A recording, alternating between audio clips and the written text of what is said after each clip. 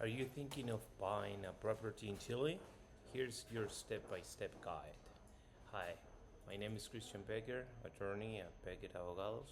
If you are a foreigner interested in purchasing property in Chile, this video is for you. I'll walk you through the essential steps to make your investment smooth and secure. So the first topic is the following. Can foreigners buy property in Chile? Yes. Foreigners have the same property rights as Chilean citizens. There is no need for residency or special permits, except for properties near borders or in protected areas, which require additional authorization. So the general rule is that you can make it just like any Chilean would do. So another topic is the steps, basic steps you need to take in order to advance in this business.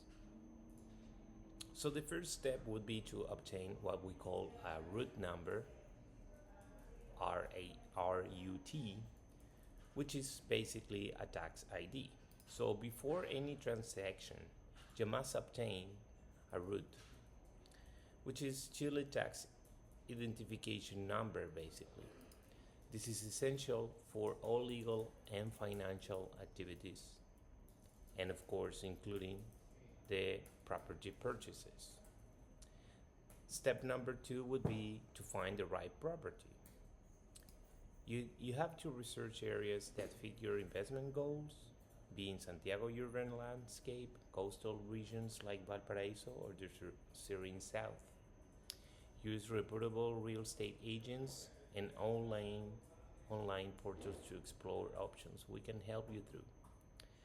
Step number 3, conduct due diligence. Hire a local attorney to verify the property legal status. This includes checking for clear titles, outstanding debts, and ensuring the seller has the right to sell. A thorough title search is crucial. Step number 4, you can sign what we call a promesa de compra-venta, which is a preliminary sales agreement outlining the terms of the sale. It is signed before a notary and often includes a deposit of money in warranty. While not mandatory, it is highly recommended to prevent future disputes. These instruments also help you to retain a deal. Step number 5, finalize the purchase.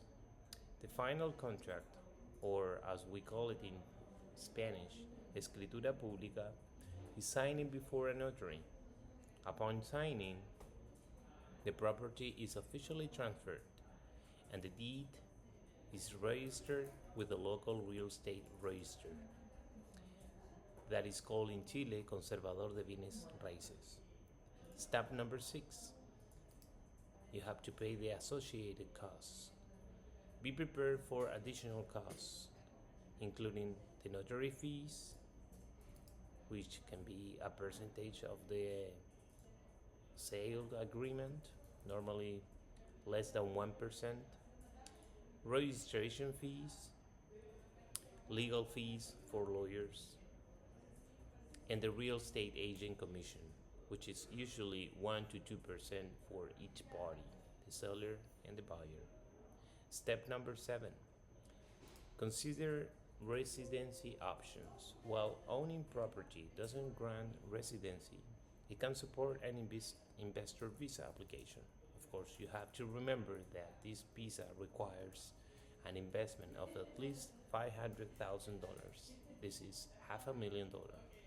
This visa requires demonstrating how your investment benefits Chile economy.